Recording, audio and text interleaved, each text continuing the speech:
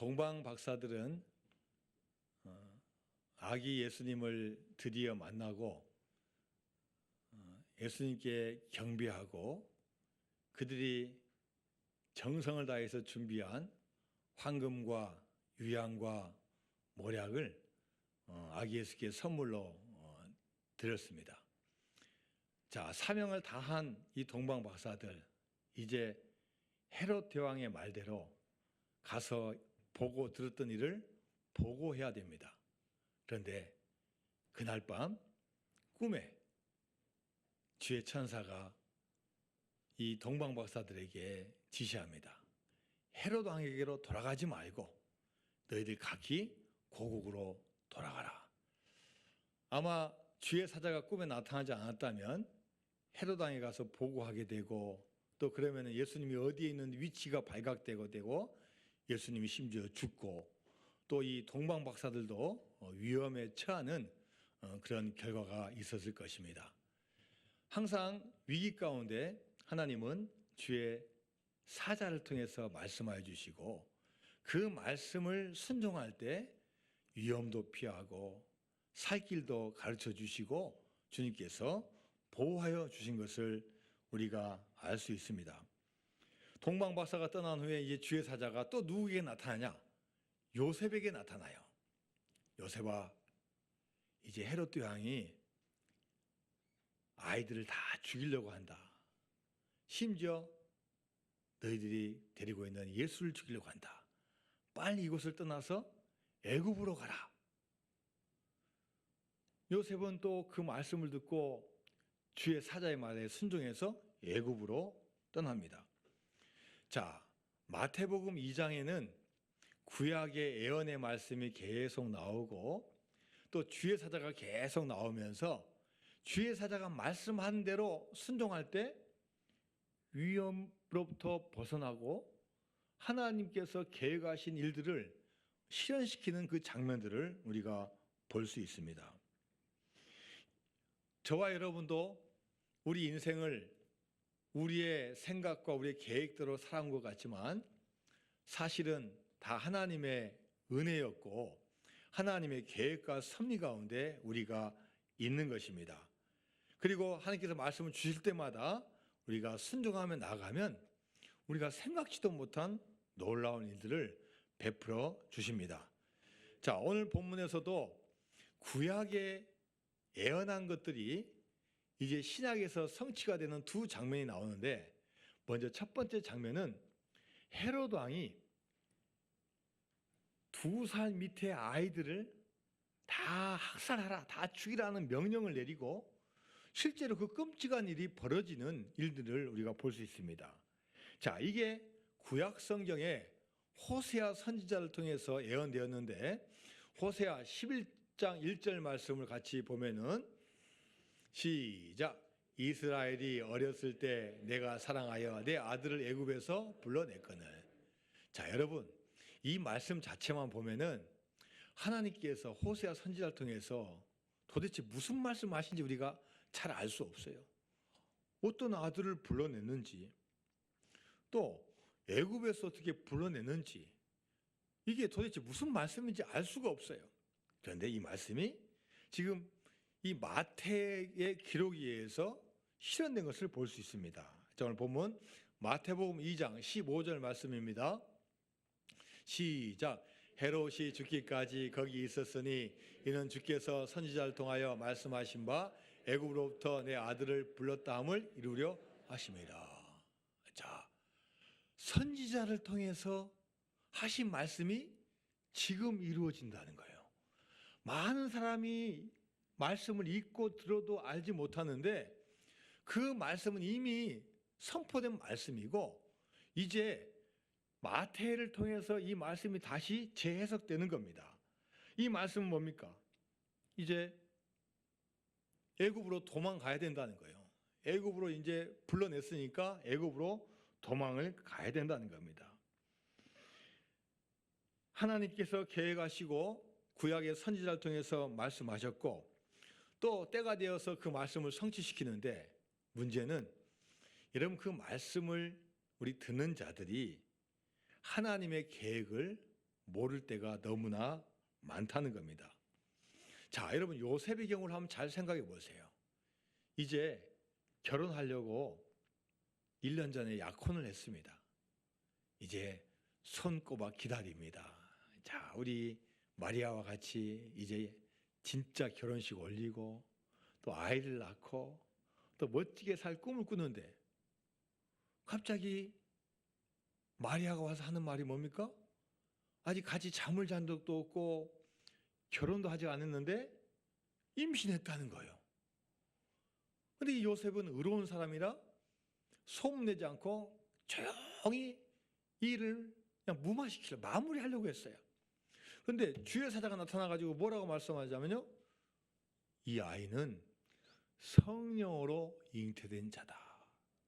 아마 이 말 듣을 때 처음엔 충격받았겠지만, 그래, 이 아이는 성령으로 잉태된 자야. 그러면 하나님의 권능이 나타날 거야. 아마 오히려 더 이 말씀을 듣고 위로받고 꿈을 꿨을지도 몰라요. 근데 이게 웬일입니까? 아이를 낳는 과정, 아이를 낳고 난 후가 너무나 많은 어려움과 환난과 고난이 오는 거예요. 헤롯 왕이 이 아이를 죽이려고 하죠. 또 그것을 피했는데 이제 애굽으로 도망가야 되죠. 이런 상황에 처하게 됩니다. 여러분, 이 환난과 고난은 가능하면 피하고 싶은 길입니다. 그런데 놀랍게도 요셉은 그 어려운 가운데 순종했다는 거예요. 애굽으로 가라면 애굽으로 가고, 애굽에서 나오라면 애굽에서 나오고, 주의 사자가 말씀한 대로 행했다는 겁니다. 때로는 하나님께 항변할 수 있습니다. 하나님, 왜 저입니까? 왜 제가 이런 고난을 당해야 됩니까? 그러나 요셉은 불평 하나, 불만 하나 없습니다. 오히려 주의 사자의 말씀에 순종하며 나아갑니다. 사막을 횡단하는데 여러분 꼭 필요한 동물이 있습니다. 그 동물은 낙타입니다. 낙타는 순종의 동물입니다. 하루를 시작하고 마칠 때마다 주인 앞에 딱 무릎을 꿇습니다. 저는 낙타가 무릎 꿇는 장면을 여러 번 봤어요. 정말 아주 우리가 여러분 무릎 꿇고 기도하는 것처럼 그 모양새로 딱 꿇어요. 제가 뒤에 가서 엉덩이를 보니까요, 엉덩이도 참 신기하게 재밌게 생겼고, 야, 그들은 무릎 계속 꿇고 있어요. 그리고 주인이 뭐라고 하면은 그때 일어나요. 그때 일어나요. 아침에 시작할 때 기다립니다. 오늘은 무슨 일을 할까? 주인이 나에게 얼마만큼의 짐을 실어줄까? 오늘 걸어가는 거리는 몇 킬로나 될까? 기다리는 거예요. 그리고 하루 다 일 끝난 다음에 이제 마지막에 주인 앞에 탁 무릎을 꿇어요. 주인님, 다 왔습니다. 이제 짐을 내려주시죠. 하루를 시작하고 하루를 마칠 때마다 주인 앞에서 무릎 꿇는 게 낙타입니다. 여러분, 우리가 낙타에게서 배워야 될 게 있어요. 우리에게도 인생의 주인이 있습니다. 여러분, 누구한테 무릎을 꿇어야 되겠습니까? 나 자신입니까? 아니면 하나님이십니까? 우리 인생을 전능하시고 우리 삶을 계획하시고 설계하신 그분 앞에 무릎 꿇을 때 하나님께서 우리 형편 다 하시고 인도하십니다. 주인은 낙타를 부릴 때 마음대로 부리지 않아요. 낙타의 상태를 잘 보는 거예요. 건강한지, 얼마만큼 짐을 실을 수 있는지, 컨디션이 어떤지 보니까 너무 병든 거, 연약한 것 같아. 그러면 거기에 맞춰서 하는 거예요. 여러분, 하나님께서는 우리를 만나주실 때 무작정 다 하지 않으셔요. 감당할 수 있는 짐만 주시는 거예요. 우리 생각으로는 힘들어요. 우리 생각으로는 어려워요. 우리 생각으로는 할 수 없어요. 하나님은 절대로 우리가 할 수 없는 건 맡기지 않으셔요. 감당할 수 있는 것을 맡겨주셔요. 그래서 우리가 아멘하고 순종할 때 하나님께서 우리를 사용하여 주실 줄로 믿습니다. 헤롯 왕은 박사들에게 속은 줄 알고 시간을 계산해 보는 거예요. 보니까 넉넉 잡아서 몇 개월 포함하니까 2년 아래로 태어난 자를 다 죽이면은 유대인의 왕으로 왔다고 하는 그 예수님을 죽일 수가 있는 거예요. 그래서 칙령을 내는 거예요. 2살 아래에 있는 아이들은 다 죽여라. 특히 산의 아이는 빼놓지 말고 다 죽여라고 명령을 내리는 겁니다. 여러분, 이 말씀도 구약에 예언된 말씀을 이용합니다. 예레미야서 31장 15절 말씀입니다. 시작. 여호와께서 이와 같이 말씀하시니라. 라마에서 슬퍼하며 통곡하는 소리가 들리니 라헬이 그 자식 때문에 애곡하는 것이라. 그가 자식이 없어져서 위로받기를 거절한도다. 자, 지금 라마에서 슬퍼하며 통곡하는 소리가 들립니다. 이 라마는 어떤 곳이냐? 무려 기원전 700년 전 이스라엘이 바벨론에 의해서 멸망당합니다. 멸망당할 때 다 포로를 끌고 왔는데 이 포로 지켜지가 어디냐? 라마에 라마. 포로로 끌어갈 때 죄송하지만 나이 드시면 안 데려가요. 나이 드시면 안 데려가. 젊고 뭐 주로 10대에 가서 써먹을 사람들을 데리고 가는 거예요. 그러면 그 부모들이 어떻게 했어요? 내 자식을 끌려가는 거 막을 수도 없고 힘이 없으니까 따라가가지고 라마에서 어떻게 해요? 애곡하면서 슬피 울 수밖에 없는 그 장면을 지금 선지자를 통해서 말씀하고 있는 거예요. 그리고 이 라마에서 슬피 울었는데 한 여인이 등장하는데 그 여인의 이름이 누구예요? 라헬이에요. 라헬은 누구를 낳았습니까? 요셉과 베냐민을 낳았어요. 원래 베냐민의 이름은 베논이에요. 베논이. 그 나중에 베냐민으로 바꿨어요. 그런데 이 라헬은 베냐민을 낳자마자 죽었어요. 자신이 죽은 줄 알면서 이 베냐민과 요셉을 보면서 얼마나 슬퍼했겠습니까? 내가 죽으면 이 자식을 누가 키우나? 분명히 형들 10명한테 수많은 핍박받고 따돌림 당할 텐데 하나님 너무 슬퍼요. 근데 어쩔 수 없이 갈 수밖에 없는 거예요. 얼마나 많은 슬픔이 있겠습니까? 이 두 장면이 오버랩 쫙 되면서 지금 2살 아래의 아이들을 갖고 있는 어머니의 심정을 표현한 거예요. 아이들이 무슨 죄가 있습니까? 헤롯 왕의 욕심 때문에 자기 아기들이 끌려가서 죽여야 되는 그것을 보면서 지금 라마에서 크게 슬피우는 장면이 나오고 있습니다. 구약의 사실적인 예언이 신약에서 나타난 것입니다. 자, 그 장면을 마태복음 2장 17절과 18절 말씀 시작. 이에 선지자 예레미야를 통하여 말씀하신 바 라마에서 슬퍼하며 크게 통곡하는 소리가 들리니 라헬이 그 자식을 위하여 애곡하는 것이라. 그가 자식이 없으므로 위로받기를 거절하였도다 함이 이루어졌느냐. 참 안타깝고 슬픈 일이지만 선지자가 예언한 것이 후대에 가서 이루어졌다는 겁니다. 하나님은 인류 구원의 계획을 위해서 독생자 아들 예수님을 이 땅에 보내셨습니다. 그리고 그 예수님을 통하여 그 구원의 계획을 성취하셨습니다. 자, 주님께서 성취하신 약속은 주님 때 끝나는 게 아니라 지금 우리에게도 그 계획과 그 성취가 이어지고 있는 것입니다. 우리가 이 세상에 온 것은 우연의 산물도 아니고 단순히 엄마 아빠가 결혼해서 난 자식이 아니라는 거예요. 우리는 우연인 것 같지만 하나님께서 창세전부터 여러분을 다 예비해 주시고 가장 필요한 때 이 세상에 불러주셔서 이 세상에서 살게 만드신 거예요. 이것을 우리가 믿어야만이 하나님의 은혜를 알 수 있고 하나님의 계획을 우리가 알 수 있는 겁니다. 여러분, 인생 가운데 환난 없는 인생 없습니다. 인생 가운데 고난 없는 인생이 없습니다. 중요한 것은 환난과 고난이 왔을 때 이 환난과 고난을 통해서 하나님께서 의도하신 바가 있다는 거예요. 그리고 이 환난은 반드시 끝이 있다는 거예요. 자, 많은 분들이 환난이 왔을 때 이런 생각합니다. 하나님, 왜 하필이면 저입니까? 왜 하나님 다른 사람보다 왜 저에게 더 큰 고난을 주십니까? 하나님, 왜 제가 하나님을 믿는데 왜 남들로 하여금 손가락질 받는 그 환난을 당해야 됩니까? 하나님, 견디긴 견딜 것 같은데 끝이 보이지 않습니다. 도대체 이 문제가 언제까지 가야 됩니까? 그런데 여러분, 분명한 사실은 환난의 터널은 반드시 끝이 있다는 거예요.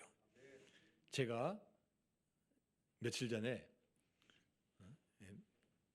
차를 타고 중부고속도로에 많이 다니잖아요. 중부고속도로를 딱 가는데 터널이 몇 개 있어요. 평상시에는 잘 못 느꼈어요. 근데 그날따라 날씨가 좋아서 그런지 막 밝아요. 막 밝아. 선글라스를 막 끼야 될 그런 상황이에요. 딱 보니까 선글라스가 안 보이는 거예요. 그래서 운전했는데요. 밝아도요. 앞에 있는 거 쫙 내리면 괜찮아요. 근데 앞에 터널이 올 때요. 이번에 느꼈는데 안 보이더라고. 안 보여요. 너무나 밖이 밝으면은 이 터널 진입할 때 잘 안 보여요. 눈 막 긴장하고 떼야 돼요. 안 보여서 진짜 안에가 뭐가 있으면 어쩌지 이런 마음이 들 때가 있어요. 감사하게도 터널이 곡선은 없어요. 항상 짧은 터널은 항상 직선이니까 믿고 쭉 가면 돼요. 그리고 터널은 반드시 끝이 나와요. 끝이 있어요. 어떤 것은 50m 뒤에도 끝이 있는 거고 100m 뒤에도 끝이 있는 거고 몇십 킬로미터 터널도 있어요. 그래도 끝이 있는 거예요. 여러분, 환난이 이와 마찬가지입니다. 환난이 딱 닥치면요. 앞이 캄캄해요. 잘 안 보여요. 그래서 심리적으로 자꾸 이렇게 막 핸들을 막 이렇게 딴 데로 하려고 하는 그런 마음이 생겨요. 심지어 앞에 안 보니까 브레이크를 밟으려고 하는 마음이 들어요. 근데 핸들을 잘못 돌리거나 브레이크 밟으면 안 돼요. 왜요? 뒤에서 계속 차가 와요. 차가 와요. 그리고 그 터널은 대부분 직선으로 돼 있어요. 캄캄해도 믿고 가는 거예요. 길이 있다. 그리고 이 길은 반드시 끝이 난다. 할렐루야. 여러분 인생 가운데 어려움 닥칠 때 우리 모두도 모르게 순간적으로 앞이 캄캄해요. 하늘이 노래요. 이거 어떻게 하지? 그런데 터널에는 반드시 끝이 있다는 거예요. 하나님은 환난의 터널 기간 동안 우리를 잘 지켜보시는 거예요. 그 기간 동안 우리는 인내해야 됩니다. 우리를 다듬어 주시고 우리를 만져주시고 만들어 가실 그 의도를 잘 보고 우리가 나아가야 됩니다. 환난의 기간 동안은 어떤 것보다도 참을 줄 알아야 돼요. 여기서 어떤 방법으로 빨리 벗어날까? 돈으로 벗어날까? 약물로 벗어날까? 노름으로 벗어날까? 그냥 세상 잊어버린 거 벗어날까? 그렇게 일시간은 벗어날 수 있지만 큰 문제가 나오는 거예요. 감정적으로 대응해서는 안 되고 누구 탓해서도 안 돼요. 부모님 탓, 자식 탓, 남편 탓, 이웃 탓, 가족 탓, 친구 탓, 사장님 탓, 직원 탓, 그런 탓하면 안 돼요. 오히려 그런 과정에서 내가 하나님 앞에 올바로 서는 것을 배워야 돼요. 자, 로마서 5장 2절에서 4절까지 말씀입니다. 시작. 또한 그로 말미암아 우리가 믿음으로 서 있는 이 은혜에 들어감을 얻었으며 하나님의 영광을 바라고 즐거워하느니라. 다만 이뿐 아니라 우리가 환난 중에도 즐거워하나니 이는 환난은 인내를, 인내는 연단을, 연단은 소망을 이룬 줄 알미로다. 자, 여러분 3절 말씀 잘 보세요. 우리가 환난 중에도 어떻게 해야 된다고요? 즐거워하나니. 왜요? 이 환난은 끝나는 게 아니에요. 환난은 인내를. 여러 가지 역경과 고난과 환난 가운데 우리가 참는 걸 배우는 거예요. 당장 해결 안 돼도 인내하는 거예요. 그리고 이 인내하는 과정에 뭐가 생기냐? 뭐요? 연단이 영어로 뭐예요? 캐릭터예요. 캐릭터. 성격, 인격이에요. 하나님 여러분 환난과 어려움 주실 때 분명한 목적이 있어요. 여러분을 만들려고. 여러분을 멋지게 조각하려고. 믿음의 사람으로 만드시려고 만드신 거예요. 여러분 요셉 부모님 밑에서 계속 있고 형들 귀여움 자랐으면요, 큰 인물 절대 못 돼요. 그냥 11번째 아들이에요. 11번째. 이름도 11번째 아들이에요. 하나님께서요, 그를 막 환란을 통해서 만져주신 거예요. 이 가운데, 환란 가운데서요, 이 요셉이 인내하는 거예요. 참는 거예요. 참고 인내하고, 종으로 가면 종의 일을 하고, 총무 일을 하면 보디발 장군 집에서 총무 일을 하고, 심지어 유혹을 물리쳤는데 모함 받아가지고 감옥에 가도 거기서도 인내하는 거예요. 하나님이 이렇게 다 만들어 주셔서 결정의 순간에 쫙 등장케 해주신 거예요. 할렐루야. 욥을 보십시오. 그 고난의 과정 마치고 욥은 어마어마한 걸 깨달아요. 이제는 주님을 귀로만 듣기만 하였사오나 이제는 주를 눈으로 보나이다. 야, 하나님을 그동안 듣기만 했는데 이제는 눈으로 목격하는 그 체험을 하게 된 거예요. 욥기서 23장 10절 말씀입니다. 시작. 그러나 내가 가는 길을 그가 아시나니 그가 나를 단련하신 후에는 내가 순금같이 되어 나오리라. 욥의 수많은 고난 가운데 하나님 원망하지 않습니다. 누구 핑계하지 않습니다. 그 고난을 이겨내는 거예요. 견뎌내는 거예요. 그러니까 하나님께서 그 연단의 과정을 통해서 정금과 같이 순금 같은 욥을 만들어 주신 줄로 믿습니다. 여러분이 너무나 잘 아는 유명한 분당에 있는 큰 교회 목사님께서 몇 년 전에 설교하신 내용을 제가 들었어요. 자, 이분의 아버님도 시골교회 목사님이셨어요. 기도 제목이 있어서 40일간 금식 기도에 들어갔습니다. 그런데 17일째 되는 날 목사님이 돌아가셨어요. 교인들도 충격을 받았지만 그 사모님과 그 자녀들이 큰 충격을 받았어요. 아마 세상적인 방식이라면 하나님을 원망했을 수도 있어요. 그런데 이 어머니는 원망하지 않습니다. 장례식을 다 마치고 이제 돌아왔는데 교회에서 통보가 왔어요. 사택 비워주세요. 이제 우리 새로운 목사님 모셔야 됩니다. 교회에서 주는 거는 거의 없고 나가라니 어디 갈 데도 없는 거예요. 그런 가운데도 이 사모님은 하나님을 원망하지도 않고 심지어 교회에 원망도 하지 않은 거예요. 오히려 그럴 때일수록 더 찬양하고 감사하고 그 환난 가운데 인내의 과정을 겪는 거예요. 나중에 시간이 흘러서 그 아들이 엄마 저 신학교 가기로 마음 먹었습니다. 저도 목사 되겠습니다. 아마 남편 목사님을 생각하면 사모님 말렸을 거예요. 야 이놈아, 너 아버지 일 못 봤냐? 너만이라도 그만둬야지. 너만이라도 하지 말아야지. 아마 이렇게 할 수 있어요. 그런데 이 목사님이, 이 사모님이 아들에게 이렇게 이야기했어요. 내가 아버지의 뿌린 씨앗이 헛되지 않도록 한번 해봐라. 격려합니다. 힘들고 어렵지만 오히려 하나님의 길 가라고 격려해 줍니다. 이 하나님의 은혜를 생각하니 너무나 아쉬운 것도 많지만 지금까지 지켜주신 것도 하나님의 은혜이고 또 이 믿음 가지고 부족하지만 나아가면 하나님께서 채워주실 것을 믿으니까 오직 감사할 뿐이에요. 자, 찬송가 310장 1절 우리 같이 한번 1절만 한번 찬양해 볼까요?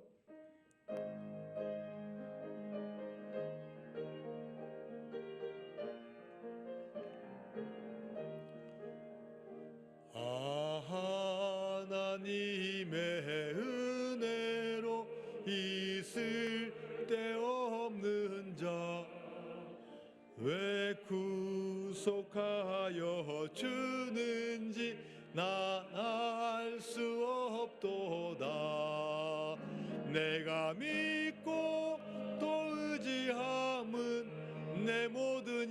편하시는 주님 늘 보호해 주실 것을 나는 확실히 아네. 하나님은 힘들고 어려운 가운데서도 꿋꿋하게 믿음의 길을 가는 사람에게 반드시 은혜를 주실 줄로 믿습니다.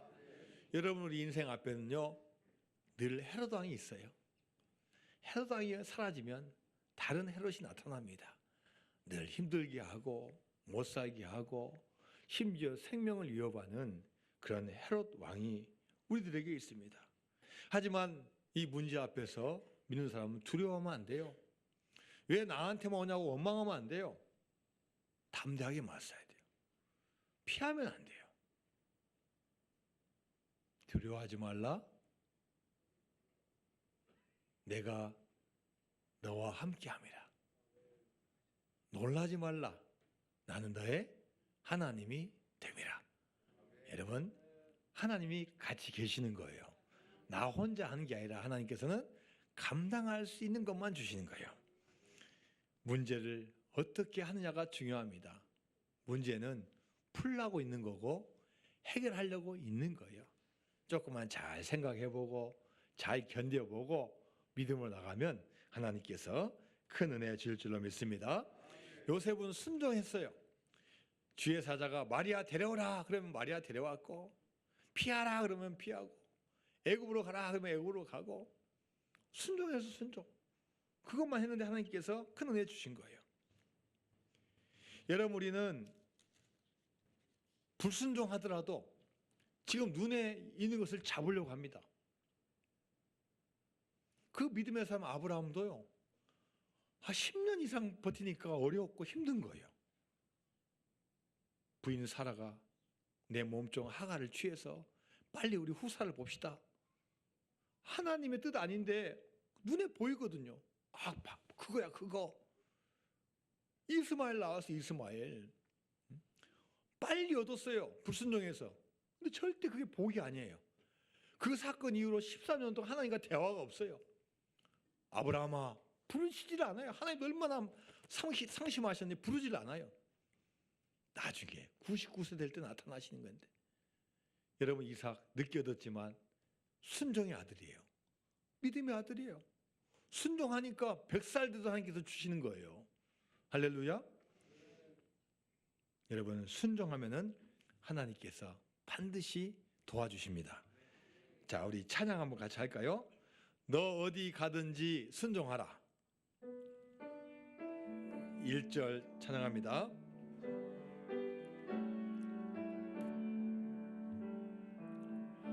너 어디 가든지 순종하라. 너 어디 있든지 충성하라.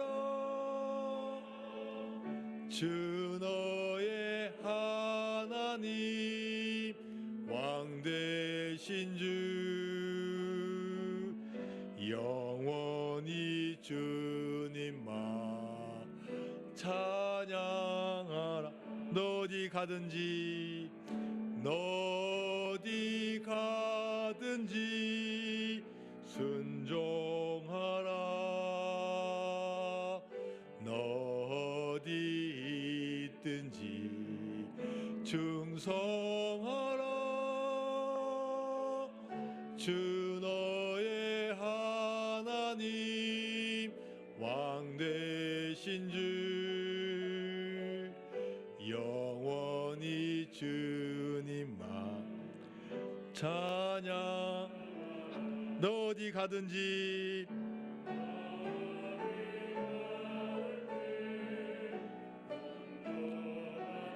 너 어디 있든지 충성하라.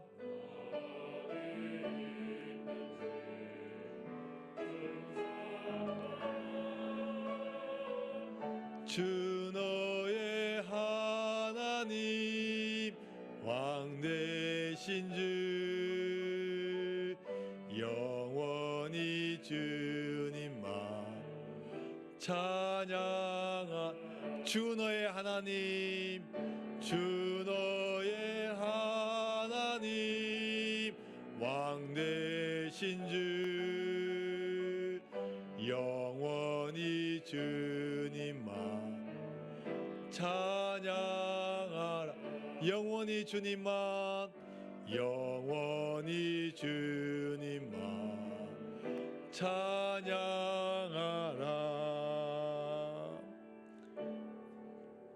할렐루야.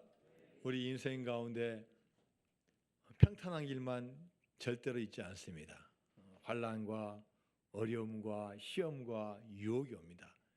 여러분 그때마다 두려워하지 마시고 두려울 때 주님께서 가르쳐 주신 대로 기도하고 순종하면은 하나님께서 하나하나씩 다 해결해 주시는 큰 축복의 역사를 허락하여 주실 줄로 믿습니다.